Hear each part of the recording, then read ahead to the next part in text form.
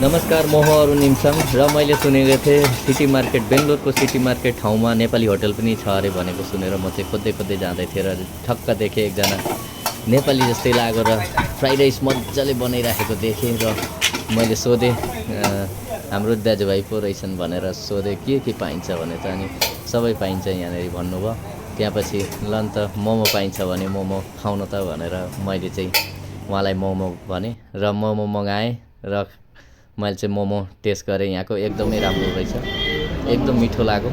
अनि तपाईँहरू पनि यहाँनिर आएर खान चाहनुहुन्छ भने यहाँ चाहिँ बेलुका यसरी कल्पका ट्राभल्सको बस आउँदो रहेछ र केरला जाने बस पाइँदो रहेछ यहाँबाट है, होटलको अगाडि ठक्कै अगाडिबाट। र म हजुरहरूलाई लोकेसन भन्न चाहन्छु, यो चाहिँ सिटी मार्केट होइन, खलासीपलिया बस स्टप यहाँ अपोजिट बस स्ट्यान्ड रहेछ गभर्मेन्ट बस। यता मार्केट ठक्क 2 मिनट त्यहाँ यहाँ होटलबाट। अनि यता लालबाग यहाँबाट ठक्क 5 मिनटको पुगिँदो रहेछ। यहाँ छेउमै लालबाग र मार्केटको बिचमा होटल रहेछ। ल भित्र जाउँ त, अनि भित्र हेरौँ त कति के रहेछ।